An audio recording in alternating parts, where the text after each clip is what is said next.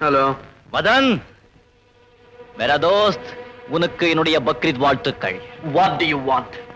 உன்னோட பக்ரீத் கொண்டாடின பர்மா அழகி இப்போ என் பக்கத்துல இருக்க. நாம முதலா சந்திச்சு தோஸ்தானுமே, அந்த ஸ்விமிங் பூலுக்கு உடனே புறப்பட்டு வா. இல்ல இந்த அழகி அநாத பணம் ஆயிடுவா. ரஜினி, கொஞ்சம் மெதுவா பேசு. மேரா தோஸ்த், உனக்கும் எனக்கும் இப்போ ஆடு புலி ஆட்டம். வலுத்தவன் ஜெயிக்கணும் இல்ல? மேரா தோஸ்த், உன்னாலே எனக்கு ஒரு காரியம் ஆகணும். உடனே வா, தனியா வா. கட்டிகாரத்தனமா நீ போலீஸ்க்கு தகவல் கொடுக்க நினைச்ச, நீ வர்றதுக்கு முன்னாலேயே பகவான் கிட்ட பர்மாக்காரி அனுப்பிச்சிடுவேன்.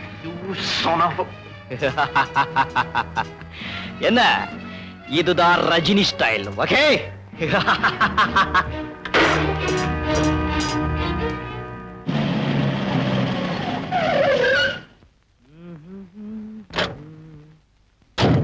आओ मेरा दोस्त, your goldfish is my fish pot. அங்க பார்.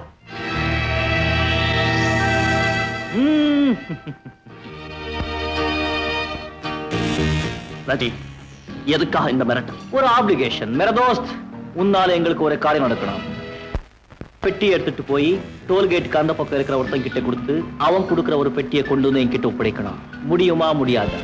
இதுக்கு நான் எதுக்கு? ஏன்னா டோல்கேட்டுக்கு போற வழியெல்லாம் போலீஸ் கடிபிடி இருக்கு. நாங்க போக முடியாத நிலைமை. மேரா தோஸ்த், இப்போ நீ போலீஸ்கே தோஸ்த். உன்னை யாரும் சந்தேகப்பட மாட்டாங்க.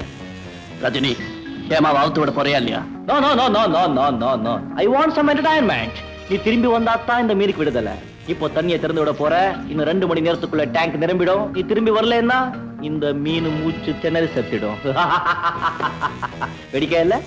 தண்ணிக்குள்ளேயே மீனுக்கு மூச்சு திணறி வைக்கிறதும் பிரைவேட் டிடெக்டிவியை கடத்தலுக்கு பயன்படுத்துறதும் ரஜினி ஸ்டைல். ராஜ், தண்ணியை திறந்து விடு.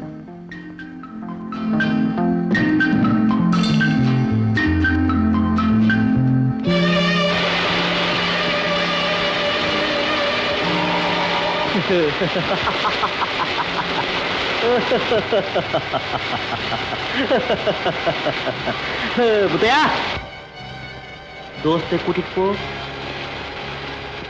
ஏமா, நான் சீக்கிரம் வந்துடுறேன். உள்ள.